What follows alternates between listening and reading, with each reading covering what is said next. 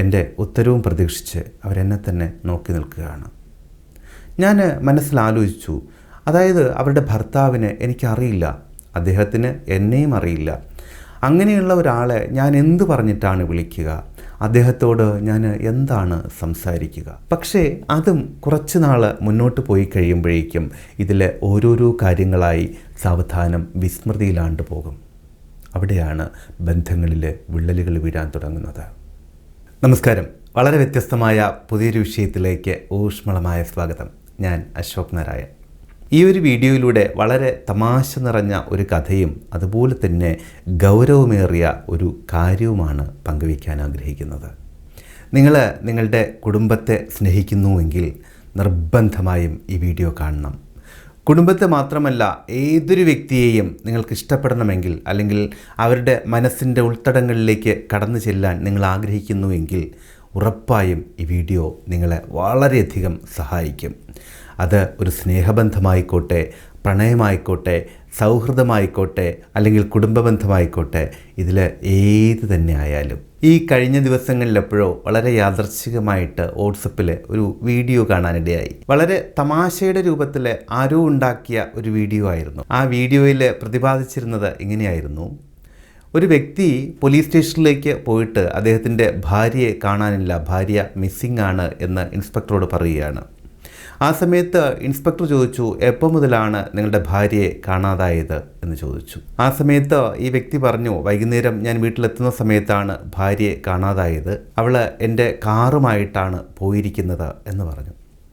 Inspector ഈ വ്യക്തിയോട് ചോദിക്കുകയാണ്, നിങ്ങളുടെ ഭാര്യയുടെ ഉയരം എത്രയാണ്? ഈ വ്യക്തി കുറേയധികം ആലോചിച്ചതിന് ശേഷം പറയുകയാണ്, 4 ഫീറ്റോ 5 ഫീറ്റോ ഒക്കെയാണ്, എനിക്ക് ശരിയായിട്ട് ഓർമ്മ വരുന്നില്ല എന്ന്. പിന്നീട് ചോദിക്കുകയാണ്, നിങ്ങളുടെ ഭാര്യയുടെ വെയിറ്റ് എത്രയാണ് എന്ന്. അപ്പോഴും ഈ വ്യക്തിക്ക് ശരിക്കും അത് പറയാൻ സാധിക്കുന്നില്ല. പിന്നീട് ചോദിക്കുന്നുണ്ട്, നിങ്ങളുടെ ഭാര്യ സ്ലിമ്മാണോ അതോ തടിച്ചതാണോ എന്ന്. അപ്പോഴും ഈ വ്യക്തിക്ക് കൃത്യമായിട്ടുള്ള ഒരു ഉത്തരമില്ല. അടുത്ത ചോദ്യം, കളേർഡ് ഐസാണോ അതോ നോർമലായിട്ടുള്ള ഐസാണോ എന്ന്. അപ്പോഴും കൃത്യമായിട്ട് അദ്ദേഹത്തിന് അത് പറയാൻ സാധിക്കുന്നില്ല. പിന്നീട് ചോദിക്കുന്നത് മുടിയുടെ നിറത്തെക്കുറിച്ചായിരുന്നു. ആ സമയത്ത് ഇദ്ദേഹം പറയുന്നുണ്ട്, അവൾ ഇടയ്ക്കിടെ ഹെയർ കളർ ചേഞ്ച് ചെയ്യാറുണ്ട്, അതുകൊണ്ട് അതേക്കുറിച്ചും എനിക്ക് വ്യക്തമായിട്ടുള്ളൊരു ധാരണയില്ല എന്ന്. പിന്നീട് ഇൻസ്പെക്ടർ ചോദിക്കുന്നത്, അവൾ ഏത് ഡ്രസ്സാണ് അന്നേരം ധരിച്ചിരുന്നത് എന്ന്. ഇദ്ദേഹത്തിന് അതേക്കുറിച്ചും യാതൊരു വിധത്തിലുള്ള ധാരണയുമില്ല. അടുത്ത ചോദ്യം, എവിടേക്കാണ് പോയിരിക്കുന്നത്, അതേക്കുറിച്ച് എന്തെങ്കിലും ധാരണയുണ്ടോ എന്നുള്ളതാണ്. അതേക്കുറിച്ചും അദ്ദേഹത്തിന് യാതൊരു വിധത്തിലുള്ള ധാരണയും ഉണ്ടായിരുന്നില്ല. ഇൻസ്പെക്ടർ അടുത്തതായിട്ട് ചോദിക്കുന്നത്, സ്ഥിരമായിട്ട് അവൾ കാർ ഉപയോഗിക്കാറുണ്ടോ എന്നുള്ളതായിരുന്നു. അതെ എന്ന് അദ്ദേഹം ഉത്തരം പറഞ്ഞു. ഇൻസ്പെക്ടർ പിന്നീട് അന്വേഷിക്കുന്നത് ഏതാണ് ആ കാറ് എന്നുള്ളതാണ്. ഇവിടെയാണ് ഈ ഒരു വീഡിയോയുടെ ക്ലൈമാക്സ് ഇരിക്കുന്നത്. ഇദ്ദേഹം വളരെ വേഗത്തിൽ തന്നെ കാറിൻ്റെ ബ്രാൻഡ്, അതിൻ്റെ മോഡൽ, വേരിയൻ്റ്, അതുപോലെ ഫ്യുവൽ എഫിഷ്യൻസി, സീറ്റിംഗ് കപ്പാസിറ്റി, അതിൻ്റെ എൻജിൻ്റെ സ്പെസിഫിക്കേഷൻ, എൻജിൻ്റെ പവർ, എൻജിൻ്റെ മറ്റ് പ്രത്യേകതകൾ തുടങ്ങിയ കാര്യങ്ങൾ അതുപോലെ തന്നെ അദ്ദേഹം പറയുന്നുണ്ട്. അതിൻ്റെ കളർ മാത്രമല്ല, കളറിൻ്റെ കൃത്യമായിട്ടുള്ള പ്രത്യേകതകൾ, അതിൻ്റെ സിറ്റിംഗ് കപ്പാസിറ്റി, സീറ്റുകളുടെ സവിശേഷത, അതുപോലെ തന്നെ അതിൻ്റെ ഡ്രൈവിംഗ് കംഫർട്ടിനെ കുറിച്ച്, ഇതിനെല്ലാത്തിനോടുമൊപ്പം അദ്ദേഹം കൂട്ടിച്ചേർക്കുന്ന വളരെ രസകരമായ മറ്റൊരു കാര്യം, അൺഫോർച്ചുനേറ്റ്ലി എൻ്റെ കാറിൻ്റെ ലെഫ്റ്റ് ഡോറിൻ്റെ ഏറ്റവും അടിയിലായിട്ട് കഴിഞ്ഞ ആഴ്ച ചെറിയൊരു സ്ക്രാച്ച് പറ്റിയിട്ടുണ്ട്, പക്ഷെ അത് ശ്രദ്ധിച്ച് നോക്കിയാൽ മാത്രമേ കാണാൻ സാധിക്കൂ, അത് വേദനാജനകമായ ഒരു കാര്യം തന്നെയാണ് എന്ന് കൂട്ടിച്ചേർക്കുന്നുണ്ട്. ഇതെല്ലാം കേട്ട് കഴിഞ്ഞതിന് ശേഷം ഇൻസ്പെക്ടർ ചിരിച്ചുകൊണ്ട് പറയുകയാണ്, നിങ്ങളെ വിഷമിക്കണ്ട, നിങ്ങളുടെ കാറ് ഞങ്ങൾ എത്രയും പെട്ടെന്ന് തന്നെ കണ്ടുപിടിച്ച് തന്നേക്കാം എന്ന്. ഇതാണ് ആ വീഡിയോയുടെ ക്ലൈമാക്സ്. കേൾക്കുന്ന സമയത്ത് നമുക്ക് തോന്നിയേക്കാം വളരെ രസകരമായ തമാശാജനകമായ ഒരു വീഡിയോ എന്ന്. രസകരവും തമാശാജനകവും എല്ലാം തന്നെയാണ്. പക്ഷേ ഇതിനെല്ലാം അപ്പുറം ഈ ഒരു ആശയം നമ്മളെ വളരെയധികം ചിന്തിപ്പിക്കുന്ന ഒന്ന് തന്നെയാണ്. ഇതാണ് ഇന്നത്തെ വിഷയത്തിൽ തമാശ എന്ന് സൂചിപ്പിച്ചത്. ഇനി തികച്ചും ഗൗരവമേറിയ ആ ഒരു കാര്യത്തിലേക്ക് വരാം. ഈ ഒരു വിഷയം പ്രസക്തമാണ് എന്ന് തോന്നുകയാണെങ്കിൽ ഇപ്പോൾ തന്നെ ഈ വീഡിയോ ലൈക്ക് ചെയ്തുകൊണ്ട് നമുക്ക് തുടർന്ന് കാണാം. കുറേ വർഷങ്ങൾക്ക് മുൻപ് വളരെ യാദൃശ്ചികമായിട്ട് എന്നോടൊപ്പം ചെറിയ ക്ലാസ്സുകളിൽ പഠിച്ച ഒരു പെൺകുട്ടി വിളിക്കുകയാണ്. പെൺകുട്ടി എന്ന് പറഞ്ഞാൽ അന്ന് പെൺകുട്ടി, ഇപ്പോൾ നമുക്ക് ഒരു ലേഡി എന്ന് പറയാം. എന്ത് തന്നെയായാലും എൻ്റെ ഏതെല്ലാമൊക്കെയോ വീഡിയോകൾ വളരെ യാദൃശ്ചികമായിട്ട് കണ്ട് അതിൽ നിന്ന് എൻ്റെ നമ്പർ എടുത്ത് വർഷങ്ങൾക്ക് ശേഷം വിളിക്കുകയാണ്. കുറേയധികം കുശലാന്വേഷണങ്ങൾക്കും സംസാരത്തിനുമെല്ലാം ശേഷം ഞാൻ അവരുടെ കുടുംബത്തെക്കുറിച്ച് ചോദിച്ചു. അപ്പോൾ അതുവരെ ഉണ്ടായിരുന്ന ആ ഒരു വാചാലത പൊടുന്നനെ നിലച്ചു. ഒരു ചെറിയ നിശബ്ദതയ്ക്ക് ശേഷം എന്നോട് അവർ പറയുകയാണ്, കുടുംബബന്ധം അത്ര നല്ലതല്ല, ഞങ്ങൾ വേർപിരിയലിൻ്റെ വക്കിലാണ് നിൽക്കുന്നത്, അതിൻ്റെ കാര്യങ്ങളെല്ലാം ഒരു ഭാഗത്ത് നടക്കുന്നുണ്ട് എന്ന്. കുടുംബത്തെക്കുറിച്ച് ചോദിച്ചു. അപ്പോൾ അവർ ബാംഗ്ലൂരാണ് സെറ്റിലായിരിക്കുന്നത്. ഭർത്താവ് വളരെ വലിയ ഒരു കമ്പനിയിലെ ഉദ്യോഗസ്ഥനാണ്. ഇപ്പോൾ വിവാഹമോചനവുമായിട്ട് ബന്ധപ്പെട്ട് അവർ നാട്ടിൽ തന്നെയാണ് ഉള്ളത്. ഇത്രയൊക്കെ പറഞ്ഞുകൊണ്ട് സുദീർഘമായ ഒരു നിശ്വാസത്തോടുകൂടി അവർ ആ വിഷയം അവസാനിപ്പിച്ചു. ഇതെല്ലാം വളരെ ക്ഷമയോടെ കേട്ടിരുന്നതിന് ശേഷം ഞാൻ അവരോട് പറഞ്ഞു, വരുന്ന ആഴ്ചയിൽ എപ്പോഴെങ്കിലും എൻ്റെ ഓഫീസിലേക്കൊന്ന് വരൂ, നമുക്ക് സംസാരിക്കാം എന്ന് പറഞ്ഞു. പെട്ടെന്ന് തന്നെ അവർ പറഞ്ഞു, അതേ, എന്നെ ഉപദേശിക്കാനാണ് എങ്കിൽ എനിക്ക് താല്പര്യമില്ല കേട്ടോ എന്ന് പറഞ്ഞു. അപ്പോൾ ഞാനും തമാശ രൂപേണ പറഞ്ഞു, ഉപദേശമൊക്കെ ഞാനും എന്നോ നിർത്തിയതാണ് എന്ന്. എന്തു തന്നെയായാലും അധികം വൈകാതെ തന്നെ ഒരു ദിവസം എന്നെ കാണാൻ അവരെൻ്റെ ഓഫീസിലേക്ക് എത്തി. ഓഫീസിലെ സാഹചര്യങ്ങളും അവിടുത്തെ അറ്റ്മോസ്ഫിയറും എല്ലാം കണ്ടതുകൊണ്ടാകണം കസേരയിലേക്ക് ഇരിക്കുന്നതിന് മുൻപ് തന്നെ എന്നോട് പറഞ്ഞു, ഉപദേശം തുടങ്ങുകയാണെങ്കിൽ അന്നേരം തന്നെ ഞാൻ സ്ഥലം വിടും പറഞ്ഞു. ഞാൻ പറഞ്ഞു, ഇല്ല, ഉപദേശം കേൾക്കണമെങ്കിൽ നേരത്തെ തന്നെ അപ്പോയിൻമെൻ്റ് എടുത്ത് ഫീയും അടച്ചിട്ട് തന്നെ വരേണ്ടതുണ്ട്. അപ്പോൾ ഇയാൾ എന്തായാലും ഫീ ഒന്നും അടച്ചിട്ടില്ലല്ലോ, നേരത്തെ അപ്പോയിൻമെൻറ്റും എടുത്തിട്ടില്ലല്ലോ, അതുകൊണ്ട് ധൈര്യമായിട്ട് ഇരുന്നോളൂ എന്ന് പറഞ്ഞു. സാധാരണ വിധത്തിലുള്ള സൗഹൃദ സംഭാഷണത്തിലൂടെ ആരംഭിച്ചു. അവർ പോലും അറിയാതെ അവരുടെ മനസ്സിലേക്ക് അവർ കടന്നുപോയിക്കൊണ്ടിരിക്കുന്ന സംഭവങ്ങളിലേക്കും സാഹചര്യങ്ങളിലേക്കും അവരുടെ മാനസിക അവസ്ഥയിലേക്കും സാവധാനം ഞാൻ കടന്നു കയറാൻ തുടങ്ങുകയാണ്, അവർ പോലും അറിയാതെ. ഏകദേശം 1 മണിക്കൂറോ 1.5 മണിക്കൂറോ ഒക്കെ സംസാരിച്ചിരുന്നിട്ടുണ്ടാകണം. എല്ലാം കഴിഞ്ഞ് പോകാൻ വേണ്ടി അവർ എണീക്കുകയാണ്. എണീറ്റ് കസേരയുടെ മുകളിൽ ഇങ്ങനെ പിടിച്ചുകൊണ്ട് എന്നെ ഇങ്ങനെ വളരെ പ്രതീക്ഷയോടുകൂടി നോക്കി എന്നോട് ചോദിച്ചു, എന്നോട് ഇപ്പോൾ സംസാരിച്ച ഈ കാര്യങ്ങളെല്ലാം എൻ്റെ ഭർത്താവിനോടുകൂടി ഒന്ന് സംസാരിക്കാമോ? ഞാൻ അല്പം ഒരാശ്ചര്യത്തോടു കൂടി അവരെ നോക്കി. ആ സമയത്ത് വളരെ പ്രതീക്ഷാനിർഭരമായ മുഖഭാവത്തോടു കൂടി ദയനീയമായ നോട്ടത്തോടു കൂടി എൻ്റെ ഉത്തരവും പ്രതീക്ഷിച്ച് അവരെന്നെ തന്നെ നോക്കി നിൽക്കുകയാണ്. ഞാൻ മനസ്സിലാലോചിച്ചു, അതായത് അവരുടെ ഭർത്താവിനെ എനിക്കറിയില്ല, അദ്ദേഹത്തിന് എന്നെയും അറിയില്ല. അങ്ങനെയുള്ള ഒരാളെ ഞാൻ എന്ത് പറഞ്ഞിട്ടാണ് വിളിക്കുക, അദ്ദേഹത്തോട് ഞാൻ എന്താണ് സംസാരിക്കുക എന്നല്ല. നമസ്കാരം. ഹിപ്നോട്ടിസം പഠിക്കാൻ ആഗ്രഹിക്കുന്നുണ്ട് എങ്കിൽ അതിന് വളരെ പ്രയോജനപ്രദമായിട്ടുള്ള, വളരെ ഫലപ്രദമായിട്ടുള്ള, വളരെ ലളിതമായിട്ടുള്ള ഏകദിന പരിശീലനങ്ങൾ നിങ്ങൾക്ക് വേണ്ടി രൂപപ്പെടുത്തിയിട്ടുണ്ട്. ഇപ്പോൾ തിരുവനന്തപുരം, എറണാകുളം, കോട്ടയം, തൃശ്ശൂർ, കോഴിക്കോട് ജില്ലകളിലെ ഈ പരിശീലന പരിപാടികൾ വളരെ വിജയകരമായി നടന്നു വരുന്നുണ്ട്. കൂടുതൽ വിവരങ്ങൾക്കും രജിസ്ട്രേഷനും വേണ്ടി ഇവിടെ കാണിച്ചിരിക്കുന്ന 7736298611 എന്നുള്ള ഈ നമ്പറിൽ ബന്ധപ്പെടാം. പക്ഷേ അവരുടെ ആ ദയനീയമായ ഭാവം ഒരു നോ പറയാൻ എന്നെ അനുവദിച്ചില്ല. ഞാൻ അവരോട് പറഞ്ഞു, ശരി, എന്തായാലും ഭർത്താവിൻ്റെ നമ്പർ എനിക്ക് തരൂ.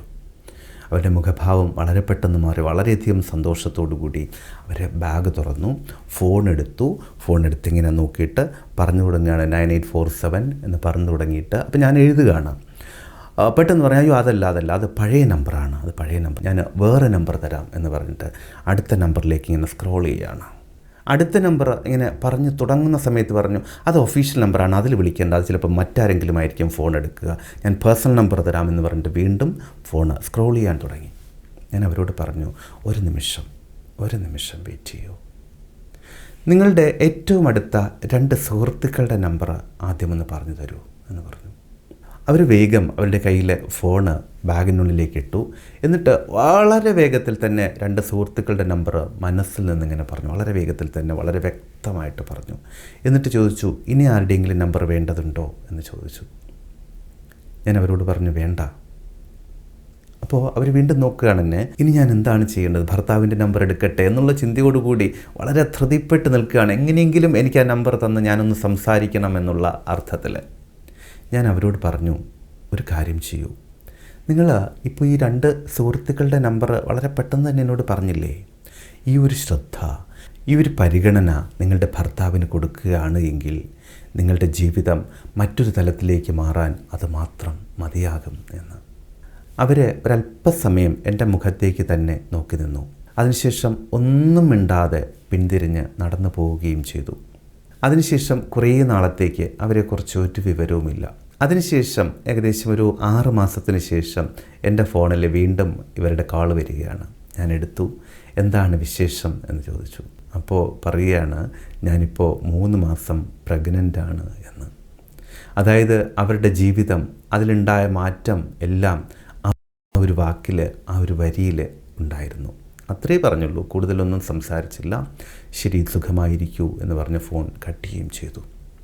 ഈ ഒരു യഥാർത്ഥ സംഭവവും ആദ്യം പറഞ്ഞ ആ തമാശ കഥയും ചേർത്ത് ഒന്ന് വായിച്ചു നോക്കൂ. എന്തുകൊണ്ടാണ് കുടുംബ ബന്ധങ്ങളിൽ, സ്നേഹബന്ധങ്ങളിൽ, സൗഹൃദങ്ങൾക്കിടയിൽ വിള്ളലുകൾ വീണു പോകുന്നത്? പരസ്പരം മനസ്സിലാക്കുന്നതിലുള്ള, പരസ്പരം തിരിച്ചറിയുന്നതിലുള്ള വീഴ്ചകൾ തന്നെയല്ലേ? നോക്കൂ, എന്നെ ഇപ്പോൾ വളരെ ക്ഷമയോടുകൂടി, ശ്രദ്ധയോടുകൂടി കേട്ടുകൊണ്ടിരിക്കുന്ന നിങ്ങളുടെ സ്വന്തം കാര്യം ഒന്നെടുത്ത് നോക്കൂ. നിങ്ങൾക്ക് നിങ്ങളുടെ സ്വന്തം പങ്കാളിയുടെ ഫോൺ നമ്പർ മനഃപ്പാഠമാണോ? നിങ്ങളുടെ മനസ്സിലുണ്ടോ? അല്ലെങ്കിൽ നിങ്ങളുടെ എത്ര സുഹൃത്തുക്കളുടെ ഫോൺ നമ്പർ നിങ്ങളുടെ മനസ്സിലുണ്ട്? അതുപോലെ തന്നെ നിങ്ങളുടെ സ്വന്തം പങ്കാളിയുടെ ഏറ്റവും കുറഞ്ഞത് 5 ഇഷ്ടങ്ങൾ, 5 ഇഷ്ടക്കേടുകൾ, അവരുടെ ഇഷ്ടഭക്ഷണം, ഇഷ്ടപ്പെട്ട നിറം, ഇഷ്ടപ്പെട്ട വസ്ത്രം, അവരുടെ ജന്മദിനം, അതുപോലെ തന്നെ ആരൊക്കെയാണ് അവരുടെ ഫ്രണ്ട്സ്, എന്തെല്ലാമാണ് അവരുടെ ഇഷ്ടപ്പെട്ട വിഷയങ്ങൾ, ഇതേക്കുറിച്ചെല്ലാം എന്തെങ്കിലും ധാരണയുണ്ടോ? ഈ പറഞ്ഞതിൽ നിങ്ങളുടെ പങ്കാളിയുടെ ഏതെല്ലാം കാര്യങ്ങൾ നിങ്ങൾക്കറിയാം? അത് ഇപ്പോൾ തന്നെ ഒന്ന് കമൻറ്റ് രൂപത്തിൽ രേഖപ്പെടുത്തൂ.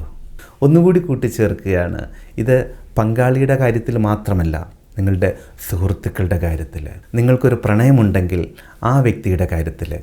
ഇവിടെ വളരെ സുപ്രസക്തമായ ഒരു കാര്യം കൂടിയുണ്ട്. സാധാരണ ഭൂരിഭാഗം വ്യക്തികളുടെ കാര്യത്തിലും പ്രണയത്തിൻ്റെ വിഷയം വരുമ്പോൾ സ്വാഭാവികമായും ഈ കാര്യങ്ങളിൽ അധികവും ശരിവയ്ക്കപ്പെടുന്ന വിധത്തിലായിരിക്കും അവരുടെ പ്രതികരണം. പങ്കാളിയുടെ ഇഷ്ടപ്പെട്ട നിറം, ഭക്ഷണം, അവരുടെ ഇഷ്ടങ്ങൾ, അനിഷ്ടങ്ങൾ, അവരുടെ ജന്മദിനം തുടങ്ങിയ എല്ലാ കാര്യങ്ങളും ഹൃദിസ്ഥമായിരിക്കും പ്രണയത്തിൻ്റെ ആദ്യ നാളുകളിലെങ്കിലും. പക്ഷേ അതും കുറച്ച് നാൾ മുന്നോട്ട് പോയി കഴിയുമ്പോഴേക്കും ഇതിലെ ഓരോരോ കാര്യങ്ങളായി സാവധാനം വിസ്മൃതിയിലാണ്ട് പോകും. അവിടെയാണ് ബന്ധങ്ങളിൽ വിള്ളലുകൾ വീഴാൻ തുടങ്ങുന്നത്. അതുകൊണ്ട് തന്നെ നമ്മളിഷ്ടപ്പെടുന്ന വ്യക്തികളുടെ ഇതുപോലെയുള്ള പൊതുവായ കുറച്ച് കാര്യങ്ങളെങ്കിലും, അവരുടെ താല്പര്യങ്ങളും ഇഷ്ടങ്ങളും ഇഷ്ടക്കേടുകളും, ഇഷ്ടവസ്ത്രം, ഇഷ്ടഭക്ഷണം, ഇഷ്ടമല്ലാത്ത ഭക്ഷണം, അവരുടെ ജന്മദിവസങ്ങൾ, അതുപോലെ അവരുടെ ജീവിതത്തിലെ പ്രധാനപ്പെട്ട ദിവസങ്ങൾ തുടങ്ങിയവയെക്കുറിച്ചെല്ലാം സാമാന്യമായ ഒരു ധാരണയെങ്കിലും ഉണ്ട് എങ്കിൽ ബന്ധങ്ങൾ ഉറപ്പായും സുദൃഢമായിട്ട് തന്നെ മുന്നോട്ട് കൊണ്ടുപോകാൻ നമുക്ക് സാധിക്കും. ഒരു കാര്യം കൂടി കൂട്ടിച്ചേർത്തുകൊണ്ട് ഈ വിഷയം അവസാനിപ്പിക്കാം. ഒരുപക്ഷെ ഏതെങ്കിലും കാരണങ്ങൾ കൊണ്ട് നിങ്ങളുടെ പങ്കാളിയുടെ സവിശേഷതകളെ, അവരുടെ വിചാരങ്ങളെ ശരിയായ വിധത്തിൽ തിരിച്ചറിയാൻ, ശരിയായ വിധത്തിൽ പരിഗണിക്കാൻ നിങ്ങൾക്ക് സാധിക്കുന്നില്ല എങ്കിൽ അതിന് ഉറപ്പായും ഒരു പ്രൊഫഷണലിൻ്റെ സഹായം തേടാവുന്നതേയുള്ളൂ. അതിൽ ഒരു കുറവും വിചാരിക്കേണ്ടതില്ല. ഒരു നല്ല സൈക്കോളജിസ്റ്റിൻ്റെയോ അല്ലെങ്കിൽ ഒരു ഫാമിലി കൗൺസിലറുടെയോ സഹായം ഈ കാര്യത്തിൽ ആവശ്യമെങ്കിൽ സ്വീകരിക്കാം. അത് കുടുംബ ബന്ധങ്ങളിലും വ്യക്തിബന്ധങ്ങളിലും സ്നേഹബന്ധങ്ങളിലുമൊക്കെ ഉണ്ടാകാനിടയുള്ള അപാകതകളെയും അവയുടെ ശരിയായ കാരണങ്ങളെയും കണ്ടെത്താനും അവ ഉചിതമായ വിധത്തിൽ പരിഹരിക്കാനും ഉറപ്പായും നിങ്ങളെ സഹായിക്കും. ഇവിടെ പ്രതിപാദിച്ചിരിക്കുന്ന പങ്കാളിയെക്കുറിച്ചുള്ള കാര്യങ്ങളിൽ നിങ്ങൾക്ക് നിങ്ങളുടെ സ്വന്തം കാര്യം നോക്കിയാൽ നിങ്ങളുടെ പങ്കാളിയെക്കുറിച്ച് അല്ലെങ്കിൽ നിങ്ങളുടെ സുഹൃത്തുക്കളെക്കുറിച്ച് ഇതിലേതെല്ലാം വിവരങ്ങൾ അറിയാം, അത് ഈ വീഡിയോയുടെ ചുവട്ടിൽ ഒന്ന് കമൻറ്റ് രൂപത്തിൽ രേഖപ്പെടുത്താം.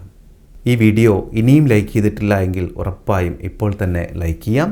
നിങ്ങളുടെ അഭിപ്രായങ്ങളും നിർദ്ദേശങ്ങളും കൂടുതലറിയാൻ ആഗ്രഹിക്കുന്ന വിഷയങ്ങളും ഈ വീഡിയോയുടെ ചുവട്ടിൽ കമൻറ്റ് രൂപത്തിൽ രേഖപ്പെടുത്താം. പ്രയോജനപ്രദമായ കൂടുതൽ വിഷയങ്ങൾ നിരന്തരം ലഭിക്കുന്നതിനായി ഈ ചാനൽ സബ്സ്ക്രൈബ് ചെയ്യാം. നോട്ടിഫിക്കേഷൻസ് കൃത്യമായി ലഭിക്കാൻ ബെല്ലൈക്കൺ കൂടി ഒന്ന് പുഷ് ചെയ്തേക്കുക. വളരെ വ്യത്യസ്തമായ മറ്റൊരു വിഷയത്തിലൂടെ വീണ്ടും കണ്ടുമുട്ടാമെന്ന ശുഭപ്രതീക്ഷയോടുകൂടി തൽക്കാലം വിട പറഞ്ഞു പിരിയുന്നു. സ്നേഹപൂർവ്വം, അശോക് നാരായൺ. Thank you.